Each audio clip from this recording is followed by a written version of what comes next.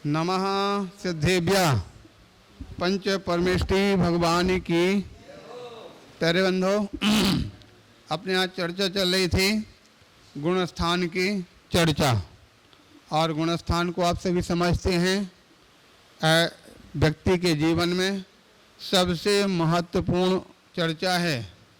जिसने गुणस्थान को समझ लिया उसने अपने मोक्ष मार्ग को समझ लिया, किंतु जिसने गुणस्थान को नहीं समझा वो कभी मोक्ष मार्ग को समझ नहीं सकता है।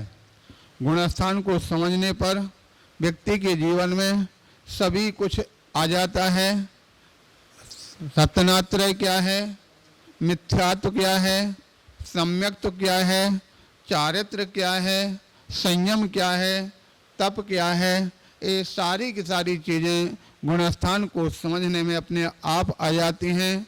संसार भ्रमण के कारण क्या हैं और संसार से मुक्ति के हेतु क्या हैं, सभी कुछ समझने के लिए हम और आपके लिए गुणस्थानों की समझने की आवश्यकता है।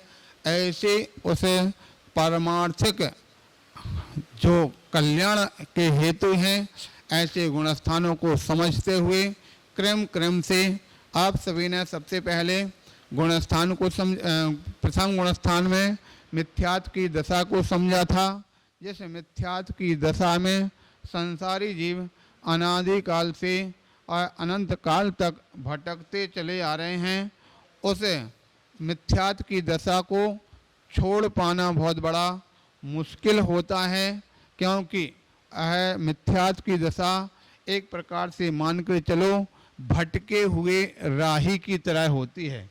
जिस प्रकार से किसी राह पर भटका हुआ राही वह उसके लिए कोई ठिकाना नहीं मिलता है, उसके लिए कोई राह नहीं सूझती है। हो सकता जिस प्रकार जंगल में भटका हुआ राही यत्र तत्र भटकता फिरता है, वह उसके लिए कभी कोई पुण्य का उदय जागे तो कहीं कोई पगडंडी प्राप्त हो जावे, और पगडंडी पर आगे बढ़ता हुआ हो सकता फिर कहीं किसी प्रकार से सही मार्ग प्राप्त हो जावे, रास्ता प्राप्त हो जावे। और रास्ता प्राप्त करने वाले ऐसे बहुत ही कम जीव होते हैं, वरना तो ऐसे संसार के चक्र में भटकते रहते हैं। शास्त्रों के अंदर एक उल्लेख आता है, एक बार एक व्यक्ति जो था वो अंधा था। अंधा व्यक्ति वह अपने एक परिकोटा के अंदर रहता था, वहाँ से निकलने की कोशिश करता था, लेकिन परिकोटे की दीवार है, वह दीवार में कहाँ से निकले कैसे निकले उसको दिखाई नहीं देता था। एक हितैषी सज्जन ने कहा ऐसा करो तुम इस दीवार को टटोलते टटोलते आगे बढ़ते चले जाना, तो तुम्हारे लिए कहीं ना कहीं रास्ता गेट मिलेगा और गेट से बाहर निकलते चले जाना। वो बेचारा दीवार को टटोलते टटोलते आगे बढ़ता चला गया। बहुत समय बढ़ता हुआ जहाँ पर गेट आया, गेट के पास उसके लिए सिर में थोड़ा सा खुजली हो गई। सिर में खुजली किया, जब तक गेट निकल गया फिर दीवार आ गई, और फिर दीवार को टटोलते टटोलते और मालूम चला पूरा राउंड। शायद हमको लगता है उस अंधे व्यक्ति की बात नहीं है। इस संसार के अंदर जितने भी ज्ञान के अंधे हैं, अज्ञानी हैं, मिथ्यात्व में डूबे हुए हैं, इस संसार के सभी जीवों की ये दशा है कि वह संसार की परकोटे से बाहर निकलना तो चाहते हैं, लेकिन जैसे कहीं द्वार आता है, गेट आता है, और गेट में निकलने के अवसर पर कभी उसके लिए पत्नी का मोह आ जाता है, कभी बेटा बेटी का मोह आ जाता है, कभी परिवार का मोह आ जाता है, और पत्नी बेटी बेटी की मोह को खुजाने लगते हैं। इतने में गेट निकल जाता है और फिर जाकर के उसी गर्त में जाकर के डूबा जाते हैं। आपने सुना होगा निगोद की दशा को। निगोद से कितने समय के लिए निकलते हैं? 2000 सागर के लिए निकलते हैं। उसमें मात्र मनुष्य के बोले हैं 24 भव प्राप्त होते हैं। 24 भवों में जब कहीं वह उसको बचने का बाहर निकलने का अवसर मिलता है तो वह क्या बोलते टटोलने में या खुजली खुजाने में उसका गेट निकल जाता है और फिर जाकर उसी गर्त में चले जाते हैं। इसलिए भगवान महावीर का सिद्धांत कहता है, हे भव्य जीवो, तुम्हारे लिए अवसर ये बहुत अच्छा आज आपको मनुष्य जीवन का अवसर प्राप्त हुआ है, क्योंकि संसार से मुक्ति प्राप्त करने का अगर कोई मार्ग है तो एकमात्र मनुष्य गति ही प्राप्त हुआ करती है। कल परसों अपने यहाँ पर प्रकरण चल रहा था, उसके अंदर 5वें गुण स्थान की बात चली थी, तो उसमें बताया गया था कि 5वां गुण स्थान मात्र मनुष्य और तिरंचों को प्राप्त होता है, ना नारकियों को प्राप्त होगा, ना देवों को प्राप्त होगा, ना भोगभूमि तिरंचों को प्राप्त होगा, ना भोगभूमि मनुष्यों को प्राप्त होता है, मात्र कर्म भूमि के जीवों को प्राप्त होता है। और कर्म भूमि में जीव कितने से बहुत ना के बराबर होते हैं। अगर आप देखा जाए संसार में सबसे ज़्यादा अगर जीवों की संख्या पंचेंद्रिय अवस्था में तो कौन सी गति में होती? पंचेंद्रिय में सबसे ज़्यादा कौन सी गति के जीव होते? देव गति के। सबसे ज़्यादा देव गति में जीव हैं, उससे कम नरक गति में जीव हैं, उससे कम त्रिंच गति में जीव हैं, और तिरंचों में भी भोगभूमि में अधिक हैं, और उसके बाद मनुष्यों के भी भोगभूमि में अधिक हैं, और मनुष्यों में सबसे कम अगर होते हैं कोई संख्या में तो कर्म भूमि के मनुष्य की संख्या सबसे कम होती है। और सबसे कम कर्म भूमि के मनुष्यों के जीवों की संख्या है, और उसमें हम और आप ये सौभाग्यशाली हैं कि हम आपके लिए कर्म भूमि का ये अवसर प्राप्त हुआ है। लेकिन ये अवसर का लाभ उन्हीं के लिए है जो अपने जीवन में कुछ धर्म कर्म करते हैं, किंतु जो धर्म कर्म से रहित हैं उनके लिए कर्म भूमि को प्राप्त होना और ना होना इस प्रकार से ये आपके लिए संयम की बात चल रही थी। 5वें गुण स्थान में कर्म भूमि के तिरंच और मनुष्य, और जैसे उससे ऊपर उठते हैं 6वें गुण स्थान की बात आती है, तो 6वें गुण स्थान में एकमात्र मनुष्य ही 6वें गुण स्थान को प्राप्त कर सकते हैं। वो भी पुरुष होते हैं, वही प्राप्त कर सकते हैं और दूसरे प्राप्त कर सकते नहीं हैं। अब यहाँ पर कई बार प्रश्न आता है कि यहाँ पर बहुत बड़ा पक्षपात किया गया, खाली पुरुष को क्यों दिया? स्त्री को भी 6वां गुण स्थान मिलना चाहिए, नपुंसक को मिलना चाहिए। हमारे जिज्ञासा समाधान में भी एक दिन प्रश्न आया था, स्त्रियों को महिलाओं को मोक्ष प्राप्त क्यों नहीं होता? ठीक है, तो प्रार्थना पर उत्तर का समाधान यही दिया गया कि मोक्ष प्राप्ति करने के लिए जब तक कोई निर्ग्रंथ दीक्षा धारण ना करे तब तक उसको कभी इस प्रकार की तपस्या नहीं होता है कि उसके लिए कर्म की पूर्ण रूप से निर्जरा हो सके, और जब तक कर्म की निर्जरा न हो तब तक कभी मोक्ष हो सकता नहीं है। तो सबसे बड़ी विशेषता यही है कि स्त्री वर्ग में उनके द्वारा निर्ग्रंथ दीक्षा धारण की जाती नहीं है, क्योंकि उनकी निर्ग्रंथ दीक्षा धारण करने की एक तो क्षमता नहीं, दूसरा शरीर की इस प्रकार की व्यवस्था नहीं है कि वह निर्ग्रंथ दीक्षा को धारण कर सके। इससे सिद्ध है कि पुरुष वर्ग जो होते हैं वही निर्ग्रंथ दीक्षा को धारण करके कर्मों की निर्जरा करके मोक्ष को प्राप्त कर सकते हैं। तो यहाँ पर बात चल रही थी 6वां गुण स्थान कौन सा? प्रमत्त गुण स्थान, अर्थात इसको इस प्रकार से सही रूप में बोला जाता है प्रमत्त व्रत नाम का जो गुणस्थान है, ये 6वां गुणस्थान है। इस गुणस्थान में मात्र दिगंबर साधुओं को ही प्रवेश होता है, वस्त्रधारी कभी 6वें गुणस्थान को प्राप्त हो सकता नहीं है। जैसे कि पहले आप सुन चुके हैं, यद्यपि महिला वर्ग में स्त्रियों के लिए महाव्रत तो धारण करते हैं, जो मुनियों को महाव्रत होते हैं वही आर्यकाओं को भी महाव्रत होते हैं, लेकिन पूर्ण रूप से निर्ग्रंथता न होने से उनका गुणस्थान 5वां ही रहता है, 6वां गुणस्थान नहीं हो पाता। इस प्रकार से यहाँ पर कहा गया।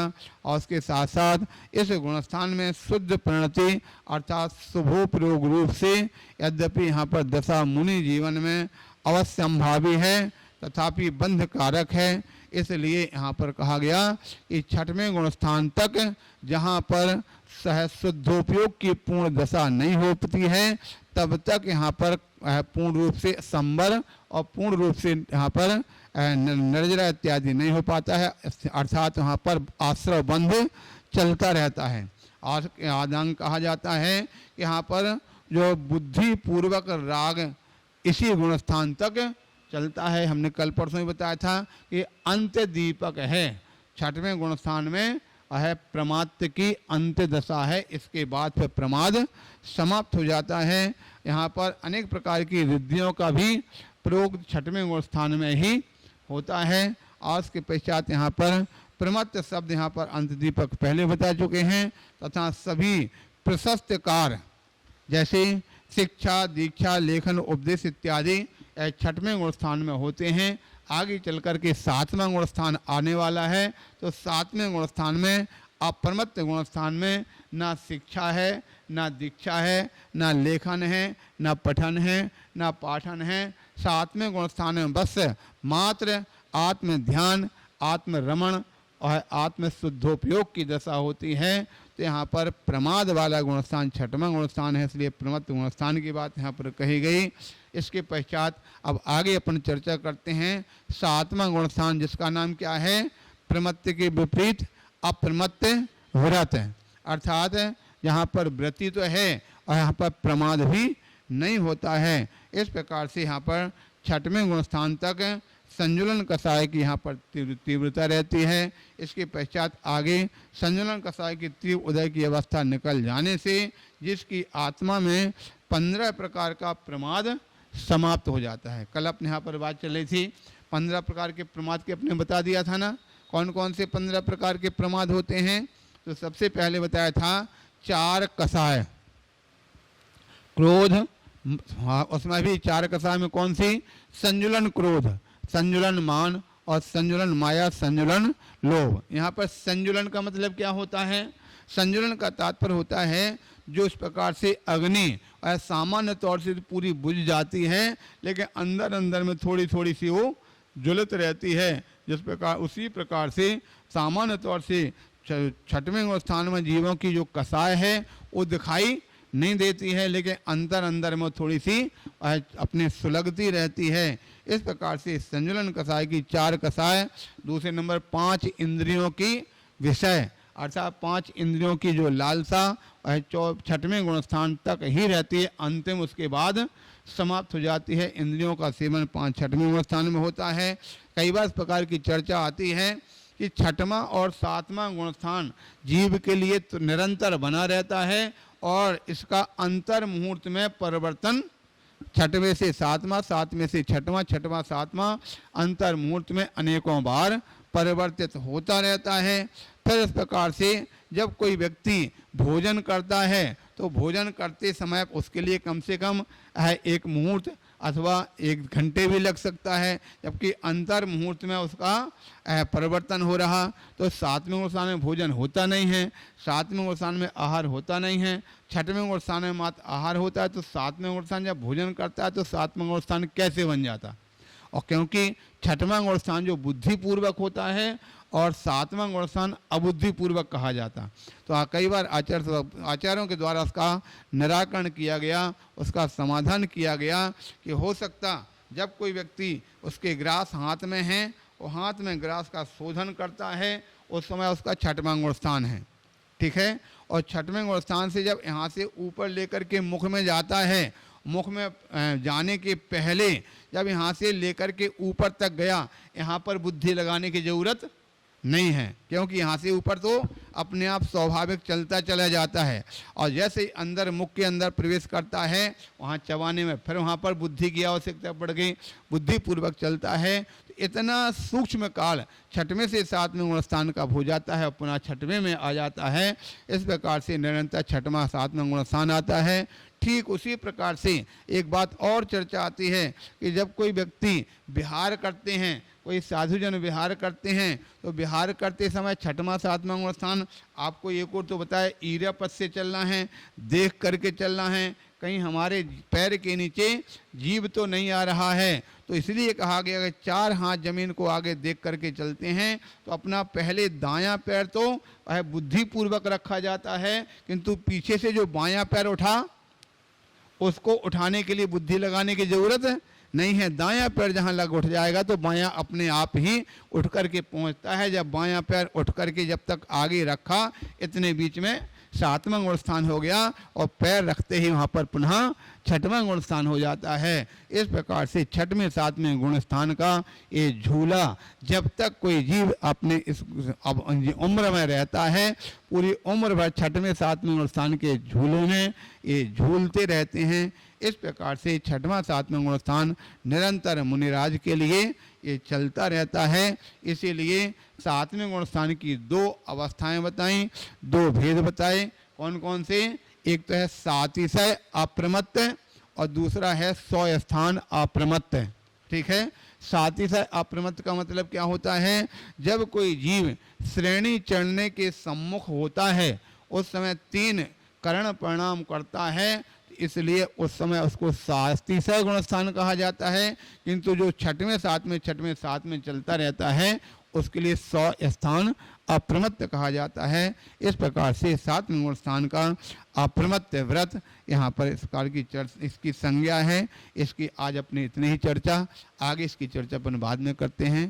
बोले 1008 श्री आदिनाथ भगवान की